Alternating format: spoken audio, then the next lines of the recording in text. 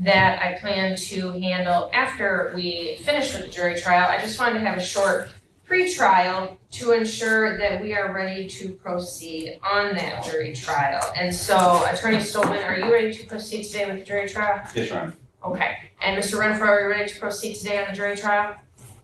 I'm always ready to defend myself, but I still do not consent. I still do not consent to these trials. These are done on fraud for the tickets were what initiated the stop. And now you're trying to get me on a crime that hasn't even been, we haven't dealt with the initial problem here. So until that's dealt with, how do we know if I committed a crime?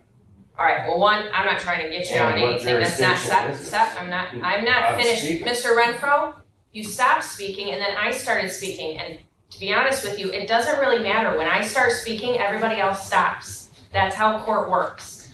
I've already warned you of that multiple times. So don't test me today, because we're gonna be in front of a jury, and if we start doing it in front of a jury, like I've also told you before, it's not going to happen. I will excuse them, we will have a conversation, and I will hold you in contempt, okay? As I was saying, I'm not trying to get you on anything. I'm the court, prosecutor's office files charges. There's one misdemeanor charge, there are 2 civil infractions. You will have the opportunity in your trial to question the officers and to have those questions answered that you have about why you were stopped and et cetera, et cetera. That's why we have the trial, and that's why we're having the trial.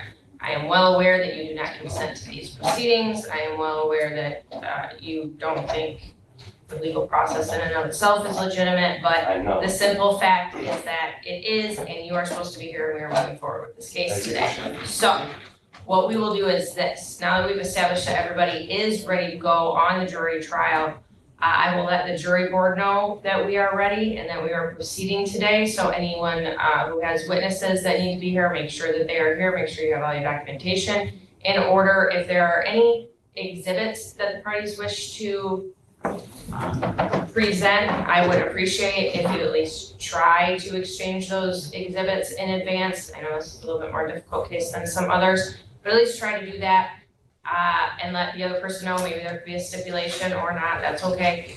And then the last thing before we take a break, which is what we're gonna do, we're gonna take a break so that we can handle the rest of the cases that are here, and then we'll start the jury trial.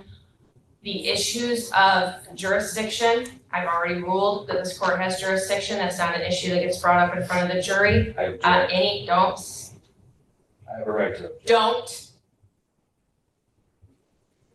You can object to evidentiary hearings or evidentiary hearing issues. You cannot object to jurisdiction in front of a jury. If you do it, I'm going to excuse the jury, and I'm going to hold you in contempt for not following the rules of court. These are not my rules. They are the rules of the courts of Michigan.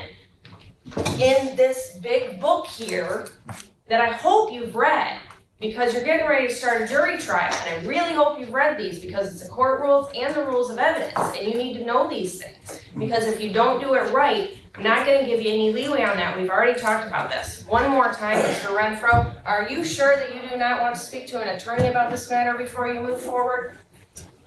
I'm sure. Actually, I do not have my discovery for the case. I haven't been able to go over the evidence. It has not been served to me. I do not have the police body cams that I've requested a long time ago. I paid for half of them, have not received them. I've not been able to go through any evidence where they're trying to get me on crimes before the initial stop was a civil infraction and somehow bred a crime out of that. It's an unarrestable offense, the civil infraction. You cannot, that's fruit of the poisonous tree. So now we're here on crimes and taking care of the initial problem. So the tickets have to be first, and we're not moving anywhere until we get that clear. And you're in improper jurisdiction, subject matter jurisdiction, and personal jurisdiction. And we're not gonna move nowhere until we get this taken care of. I demand this court to vacate these matters. I say vacate, you say dismiss. Vacate these matters immediately. Done? One, I've already said that I'm not going to vacate, and dismiss is the right word, I already said that. Two, I've already said that jurisdiction is appropriate, we have subject matter jurisdiction in this matter, we also have personal jurisdiction, subject matter jurisdictions, because you're in a criminal court in the state of Michigan, and that is what we are dealing with. In fact, it's a misdemeanor, so you're in the right criminal court being district court, so we have just subject matter jurisdiction. We have personal jurisdiction over you because it alleges that this matter happened in Burton, and Burton is in the jurisdiction of the 67th District Court. So we have both personal and subject matter jurisdiction. Those issues are laid to rest. If you want to bring them up again, you can bring them up on appeal. You will not bring them up again in this hearing because we are getting ready to start a jury trial, and those are issues that are not appropriate to bring up in front of a jury. And as far as your issues of civil infractions leading to misdemeanors, happens all the time, and it is legitimate as established by our Supreme Court. So you can say that if you want to, but your argument is inaccurate. Once again, Mr. Renfro, your argument is inaccurate. You didn't answer my question. My question was, do you want to speak to an attorney before you move forward? I'm a competent man. It's a yes or no? Lawfully competent man, no. No. The answer is no. All right, I've asked you that question many a times now. I don't feel like I need to ask it to you anymore. You've established very clearly that you're going to represent yourself in this matter, for better or worse. Attorney Stolman, do you have anything that you would like to say in regards to any of the issues that Mr. Renfro has brought up?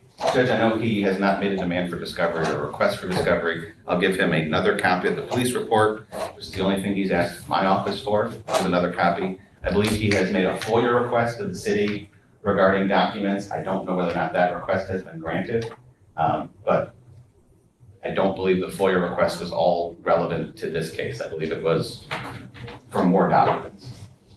And I believe, Mr. Renfro, you've stated that on the record previously, that the body cams or whatever those were, that you FOIA'd them. The prosecutor's office is required to turn over to you all of the evidence that they have and all the evidence that they plan to use, and they have done that. We've had discussions about discovery numerous times. We're not going to delay the trial any longer. So we're gonna have this trial today. Okay. We have no exhibits that we're planning to introduce. We're just gonna have the testimony of the officer and Mr. Renfro if he chooses. Okay. Are you trying to say something? Is the warrant in here? I don't see the warrant. Or the,